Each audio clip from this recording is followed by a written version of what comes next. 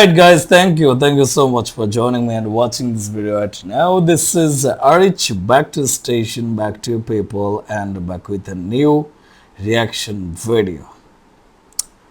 And today we're gonna be checking out exactly how did Malaysia fight this coronavirus, and did the impossible. So let's get started. But before I want to dive into the video, I would love to say, if you want to support me in terms of getting to have a good consistency onto this platform, go ahead and get me on Patreon /RHReaction and support me. And if you're new, don't forget to subscribe and hit the bell icon.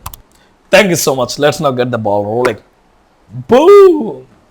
Imagine your country is going through a huge political crisis. You have a new leader and several states have new governments. To add to this, not only is your country facing political crisis, but also economical, health, and defense. New leader popped up. Economical, political, and defense, health problem popped up as well. Okay. And then the worst thing that could ever happen happens. The coronavirus hits Malaysia. Malaysia was in some serious trouble. But don't you ever underestimate the power of Malaysians. Oh my goodness God. It was you to ever underestimate the power of Malaysians. Let's see what kind of power do they have.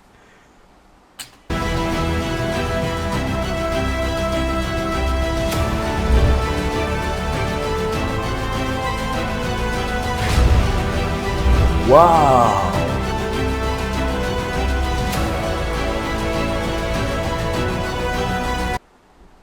So, it's a custom-made hospital. Whoa, whoa, whoa, whoa.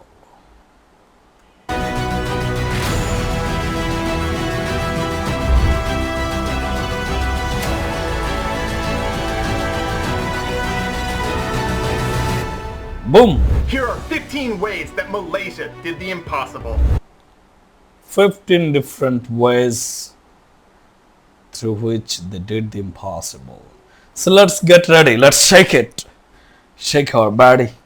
And let's get started. Ready? 1, 2, 3. Number 15, donations and volunteer organizations. So many people volunteered and so many organizations helped out. For example, Amaret provided healthcare workers with food, AC units, and raised over 3 million ringgit for medical supplies. Wow, wow, wow. That's incredible. Number 14, top doctor. Dr. Noor Hassam Abdullah has been ranked one of the top doctors in the entire world. Dr. Noor Hassam Abdullah. Okay. At fighting the coronavirus. And not only does he present accurate facts, he's able to do it in a way that gathers support and also keeps people calm as he does it. Dr. Noor Hassam Abdullah. Wow, wow, wow. Okay. Number 13, the movement control order and the enhanced movement control order. These things are not easy to pull off, and it took so many people in different organizations to work together to have them work. Number 12, indirect volunteers. There are So Movement Control Order, MCO, and Advanced MCO was there. Okay. so many people that helped out and volunteered and did so many different things like food delivery. Number 11, building temporary hospitals. Wow. Malaysia was able to build temporary hospitals very efficiently and quickly. For example, the largest agro park in Asia was able to be built into a hospital in 3 days.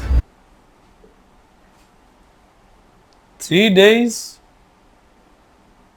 I think Wuhan took 10 days to or 7 days to make a temporary hospital. So how come it happened here in 3 days? Oh my goodness. Number 10, the Tubelay cluster. The Tubelay cluster complied with any order from MOH, and they never complained even though they had to wait long hours in the heat. Number 9, banks. Banks lent to the borrowers for 6 months. Number 8, Banks loaned to the borrowers for 6 months. How did that happen? Let's get through this. any order from MOH, and they never complained even though they had to wait long hours in the heat. Number 9, banks. Banks lent to the borrowers for 6 months. Number 6 months. So they did not charge, any sort of interest, maybe. So they did it. Okay, without any sort of interest, I guess. Otherwise, how come it gets to benefit? Okay, that's a good thing. If you allow every single one out of your country to get to have loans for a certain period of time, in which he or she won't be having a sort of, tensions to repay, the installment or premium, whatever you call it, that would definitely have a big impact. 8, universities. Universities allowed students to stay for free and provided them food as well. Wow, that's cool, right? Number 7, stipends. Nearly 4 million homes received up to 1,600 ringgit. Number 6, Amazing. ignoring politics. Opposition leaders came together and forgot about politics for the good of Malaysia. That is the thing, Now it's not the time to do politics anymore, If you get to be alive in the post-pandemic period, there would be, so many opportunities to capitalize. You'd be able to do politics, no problem. But this, moment, this time period is not for you to do politics anymore, because it's time to come closer, cooperate as much as possible, come up with innovative ideas. Okay, yeah, loved it. Now that is really cool. Number 5, protecting the most vulnerable. Malaysia did a great job in protecting those that were most vulnerable. That was Homeless and cool. foreign workers. See? Wow. They were put in public halls and provided a tent. Number 4, Malaysians returning home. Malaysians returning home from overseas were provided a free hotel, free food, and COVID-19 testing during their 2-week quarantine.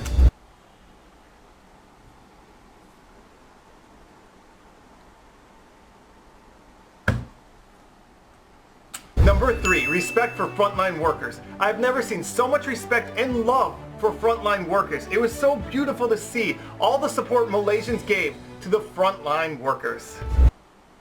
But it could have been way better if you could have come up with, some of the benefits they have received. Number 2, fixing the PPE shortage for frontline workers. At the beginning of the crisis, there wasn't enough PPE for all the frontline workers, and so Malaysians took it onto themselves. For example, a fashion designer realized she had a skill set that could be very valuable, and so she took the initiative to organize an entire team to make PPE. Right. See, this is how, innovation comes up. Entrepreneurs are getting to be evolving. All right. So, yeah, I mean, even though it requires so much of confidence, so much of courage, so much of thinking, self-understanding, then you come up with, such a thing, like such an action. I can do it. Yeah, I mean, depends upon the culture as well. Sometimes it happens like you want to get started with something. Some people would be there to, pull it back.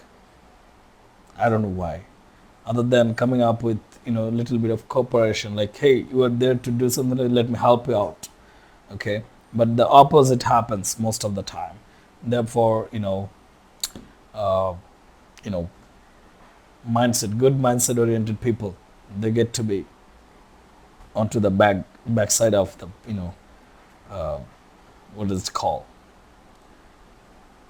picture, or whatever you call it, the stage and whatnot. They get unnoticed. That's it. Prisoners made PPE. College students made PPE. Even a Malaysian born with no arms didn't let that stop her. Oh no, come on. This is why I would love to give them a big clap, big round of applause. I just loved it.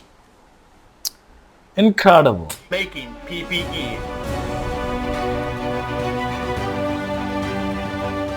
And number one, most important, is teamwork. It didn't matter if you're a celebrity or an average person. It didn't matter your social status. It didn't matter your gender, your religion, your ethnicity. All Malaysians came together for the better of Malaysia. Yeah, I've seen, I think it was Siti Nurhaliza. I checked out one of her videos and I found out like she went through, saving of mask and, giving away some materials to the needy ones, and she was pretty, friendly, and as usual, normal ones. It's not like she was with, like I'm a celebrity with that sort of attitude. No. So, loved it. And that's how Malaysia was able to do the impossible, to go from a country that had 3 times more cases than any other country in Southeast Asia to now being one of the safest countries in the entire world.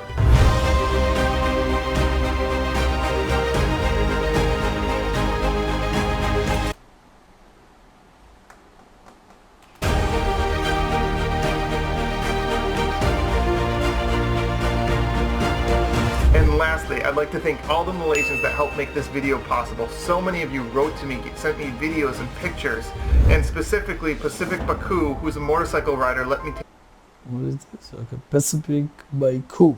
take lots of his footage, along with Q Productions, who took beautiful drone shots. And you can find links to their channels in the description. So thank you to all of you who helped make this video possible. Yeah, this was way informative. I think this video was a necessity. Is this over?